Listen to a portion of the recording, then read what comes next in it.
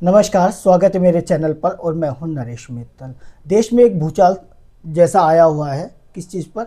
UGC guidelines पर। कुछ नई यूजीसी गाइडलाइंस आई है जिसमें देश में भूचाल आ गया है और इस पर बात करने के लिए आज मेरे साथ हैं संजय मिश्रा जी। संजय मिश्रा जी मुजफ्फरनगर के बड़े व्यापारी नेता हैं। मैं उनसे जानना चाहूँगा कि उनकी क्या राय है इस मुद्दे पर। नमस्कार सर। नमस्कार जी। सर, अभी यूजीसी की नई गाइडलाइंस आई है, हालांकि अभी वो स्टे हो गया है मगर इसने देश में भूचाल ला दिया। आपकी क्या राय है ये यूजीसी गाइडलाइंस के बारे में? ये देश में कैसा माहौल बनाएंगी और ये क्या सही है या कुछ गलत है इसमें? यूजीसी गाइडलाइन जो है ये देश में भेदभाव की नीति जो भारतीय जनता पार्टी सबका साथ सबका विकास पे कार्य कर रही थी, ये नई गाइडलाइन नया कानून लाकर यानी बच्चों में भेदभाव और टीचर में भेदभाव का एक ऐसा कानून ला दिया था जिससे आदमी अपनी जातिगत उस पर आ गया था कि मैं इस जाति से हूँ, मैं इस जाति से हूँ, और बच्चों का शोषण होने का 100% इसमें खतरा था। मैं माननीय सर्वोच्च न्यायालय ने जो कल इस पर स्टे दिया है उनका बहुत बहुत धन्यवाद और आभार भी व्यक्त करता हूँ और उनसे निवेदन भी करता हूँ कि अगली सुनवाई पे इस यूजीसी कानून को रद्द ही कर दिया जाए और ख़त्म कर दिया जाए। ये इस कानून से सवर्णों के बच्चों पर क्या प्रभाव पड़ेगा? कैसा माहौल लगता है आपको कि उनकी पढ़ाई पे कितना असर पड़ेगा इससे?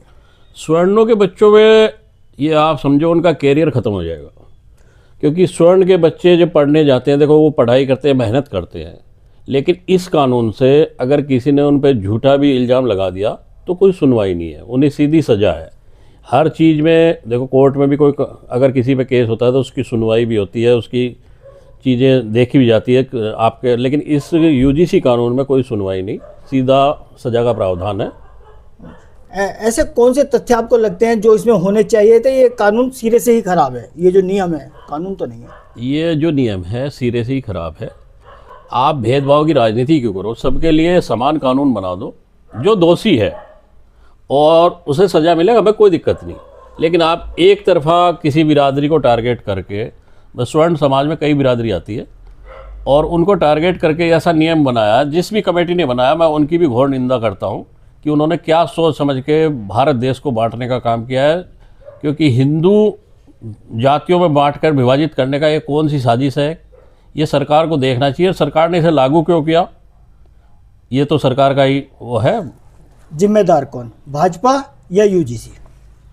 देखो, सत्ता केंद्र में भाजपा की है तो भाई सत्ता ही जिम्मेदार होगी जी। तो जो सवर्ण समाज है, जो इसका सबसे ज़्यादा मुक्तभोगी बनने की आशा की जा सकती थी, उम्मीद की जा सकती है, आशंका थी, तो वो तो भाजपा का हमेशा कोर वोटर रहा है।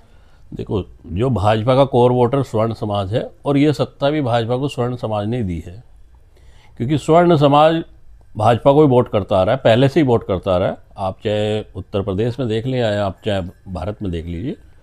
तो अब उन्होंने ये क्या सोचकर और किस लिए करा, ये तो सत्ताधारी जो ऊपर बैठे हैं वही लोग जानते हैं। 2027 का चुनाव आने वाला है, कुछ असर पड़ेगा इस पर? 2027 का चुनाव उत्तर प्रदेश योगी जी का है। योगी जी ने मेरे ख्याल से ये भी कह दिया था कि मैं अपने प्रदेश में यूजीसी लागू नहीं होने दूंगा। 1-2 दिन पहले ही उनका बयान आया था, उसके बाद स्टे लग गया। तो मेरे ख्याल से 2027 में ये जो साजिश रची गई थी, उनके खिलाफ हो या चाहे भाजपा के खिलाफ हो, किसी ने भी रची हो, सत्ता केंद्र से हो या, तो उस पर मेरे ख्याल से ज़्यादा फर्क नहीं पड़ेगा। मुजफ्फरनगर के राज्य मंत्री कपिल देव अग्रवाल समाज से हैं।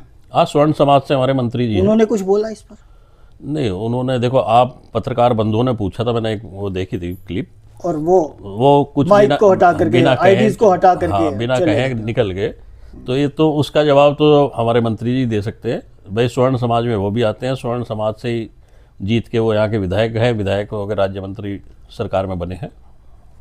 इस मुद्दे पर स्वर्ण समाज के जितने भी विधायक और सांसद हैं, क्या आप उनसे खुश हैं या हताश निराश हैं? उनसे हताश और निराश हैं, क्योंकि उनकी जो चुप्पी है, कहीं ना कहीं इस कानून पर सहमति या उनकी जो भी कोई मजबूरी है, लेकिन आदमी को गलत के खिलाफ बोलना चाहिए। जब जनप्रतिनिधि हमने बना रखे हैं, भाई वो जनता की चयन से ही तो जनप्रतिनिधि है और जनता ही परेशान है, तो उस पर उन्हें कुछ ना कुछ बोलना चाहिए और उसका जवाब देना चाहिए।